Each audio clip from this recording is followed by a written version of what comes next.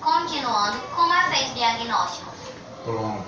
O diagnóstico do paciente de dengue, especificamente de dengue, ele pode ser feito clínico epidemiológico, quando o médico ele vai juntar ali uma série de sintomas que o paciente está apresentando e vai caracterizar se ele está com a suspeita da doença ou não, mas o diagnóstico mesmo é feito laboratorialmente. Quem já teve dengue uma vez pode ser infectado novamente? Pode, até 4 vezes. É o que os estudos científicos mais apontam, que a dengue ela é causada por um vírus, transmitida pelo mosquito, causada por um vírus. Esse vírus ele se apresenta de 4 formas, que são os 4 sorotipos. Então, dengue 1, DEN1, DEN2, DEN3 e DEN4. Então, existem estudos científicos que dizem que se uma pessoa foi contaminada, foi infectada pelo vírus, pelo tipo 1 do DEN1, ela não vai mais ser infectada por esse mesmo vírus, mas ela pode ser infectada por outro sorotipo, ou 2, ou 3, ou 4. Por que ter dengue pela segunda vez é mais perigoso? É uma coisa ainda que também não tem um apoio científico concreto. O que se tende é o seguinte: se você tiver qualquer doença febril muito próxima uma da outra, a debilidade que a doença causa no seu corpo vai fazer com que a nova infecção se torne mais forte. Por quê? Porque o nosso sistema de defesa vai estar defeituoso, vai estar fraco. Então, na realidade, uma das coisas que as pessoas mais pensam é que existe um mosquito ou então existe um vírus chamado dengue hemorrágica. E não existe. Qualquer vírus, qualquer subtipo do vírus da dengue que é infectado, que infecta uma pessoa, essa pessoa ela pode tanto desenvolver uma dengue clássica como desenvolver uma dengue hemorrágica. Qual é a diferença entre a dengue clássica e a hemorrágica? A dengue clássica é aquela dengue que vai se comportar no padrão específico da doença. Quer dizer, você vai ter o dia que você se infectou, que o mosquito lhe picou, e você vai passar ali entre 7 e 21 dias até o processo de adoecimento biologicamente parar. Essa é a dengue clássica. Então você vai ter febre, você vai ter dor de cabeça, você vai ter náusea, você vai ter os sintomas normais. A dengue hemorrágica, ela acontece por uma fragilidade do hospedeiro. Como assim? Se o mosquito me picou e eu peguei a doença, dependendo de como tiver a minha imunidade, o meu sistema imunológico, como tiver o meu organismo, e além das doenças pré-existentes que eu posso ter, eu posso desenvolver a hemorragia, certo? Que seria a dengue hemorrágica. Por que deve-se evitar tomar alguns tipos de medicamento quando existe suspeita de dengue? Alguns tipos de medicamento ele tem interação direta com o organismo, assim, no sentido de, vamos falar numa linguagem mais popular, afinar o sangue, tornar o sangue mais fino, mais fino mesmo, com uma consistência mais homogênea, assim, certo? Aí o que acontece? Se eu tomo determinada medicação e a própria doença ela pode me levar a ter uma hemorragia, então eu posso alterar o risco, aumentar o risco de ter a hemorragia devido à medicação que eu tomei. Uma pessoa pode ter dengue e zika ao mesmo tempo ou dengue e chikungunya? Pode ter até os 3 ao mesmo tempo. Quais são os cuidados básicos que toda gestante deve tomar? Pronto, isso é muito importante. A gestante, ela está dentro do grupo de risco, certo? Gestantes, crianças, acamados e portadores de doenças crônicas degenerativas, certo? São pessoas que naturalmente estão passando por um processo biológico que faz com que qualquer doença ela tenha um sucesso maior, né? Um sucesso da doença é uma gravidade de um adoecimento. Então, assim, a gestante, por se tratar de um grupo de risco e que ela está com a briga hormonal dividindo as suas vitaminas, seus nutrientes com o embrião. Então, normalmente a gestante ela passa por um processo, certo? Principalmente nos 3 primeiros meses da gestação, onde o risco de adoecer de dengue é complicado, devido à baixa imunidade. Se a gestante contrair o Zika, qual o risco do bebê ter microcefalia?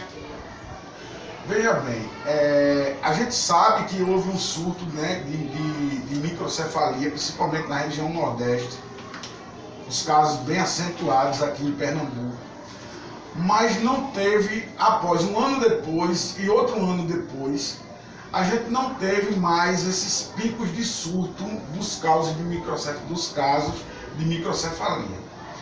Há muitos estudos científicos em andamento, então é muito precoce a gente dizer o que causa e o que não causa.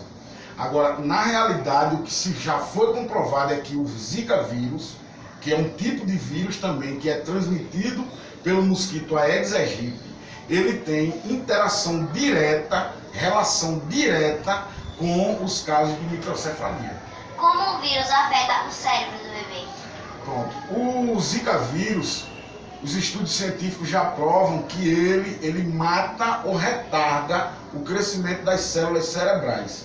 Então, o cérebro, a criança quando está sendo formada no útero da mãe, ela tem um padrão, tanto que nas consultas de pré-natal é muito importante a gestante ir para a consulta de pré-natal, porque é acompanhado o desenvolvimento do feto, o tamanho de pernas, de braço, de corpo, da curvatura da cabeça, o tamanho do crânio, tudo isso é medido nas consultas de pré-natal. Quando a criança começa a apresentar qualquer malformação no tamanho do crânio, isso vai implicar no desenvolvimento do cérebro. Então, se o crânio não desenvolve, o cérebro não está se desenvolvendo, porque provavelmente, se for por causa da Zika, porque as células responsáveis pelo desenvolvimento cerebral, ou elas estão morrendo, ou elas estão tardiamente se produzindo. Existem vacinas contra as doenças transmitidas pelo Aedes? Não. Não existe nenhuma vacina ainda liberada pelo Ministério da Saúde, nem pela Organização Mundial de Saúde. O que existe são trabalhos científicos que estão sendo feitos. Algumas vacinas já foram feitas e já foram testadas, mas não tiveram ainda um resultado que seja satisfatório para considerar a imunização. Quanto tempo vive o mosquito? Em torno de 30 a 45 dias. Em que caso é feito o chamado fumacê? Há outras ações emergenciais indicadas? Fumacê é uma prática muito comum nos anos atrás. Na época que a gente começou a trabalhar na saúde ainda também, 96, 97, era muito comum. Só que o fumacê ele causa outros danos. Ele mata o mosquito alado, ele não impede que o mosquito se reproduza, mas ele também causa danos ao ambiente, como animais pequenos, como aves, pássaros, galinhas, e também crianças e idosos sofriam com a aplicação direta do fumacê de forma constante, por causa dos produtos que são utilizados, porque é utilizado um veneno mesmo, um piretroide. Então, o fumacê hoje ele só é utilizado em caso de bloqueio dentro de um perímetro estabelecido, aonde vai ser feito só aquele bloqueio, porque a necessidade é muito urgente. Um exemplo: se houver um caso de óbito por dengue numa determinada área, comprovadamente naquela área, aquela pessoa se infectou naquela área, então é feita uma medida de segurança, um bloqueio só naquele perímetro aonde está localizado o óbito. Quais orientações você pode passar para as pessoas que estão nos acompanhando neste momento pelas redes sociais? Olha, muito importante é o seguinte, veja. Como se previne, como se evita que tenha a proliferação do mosquito? Uma das coisas mais faladas, principalmente nos programas de televisão, é sobre a questão da água. Não deixe a água destampada. Não acumule água se você não for usar. vire os pneus, seque as garrafas. É muito importante isso, demais. Mas uma coisa pouco falada é que para o mosquito se reproduzir, ele precisa de uma coisa chamada criadouro. E o criadouro ele pode ser natural, como no caso de uma planta, e ele pode ser artificial, como no caso de uma garrafa PET, uma casca de ovo. Então, o lixo doméstico é um dos principais fatores para a existência de criadores mecânicos. Então, cuidar do lixo é tão importante como cuidar da água. É com grande prazer e satisfação que nós do Jornal CPF vamos entregar uma placa em forma de agradecimento e homenagem por sua brilhante participação no nosso jornal. Ok.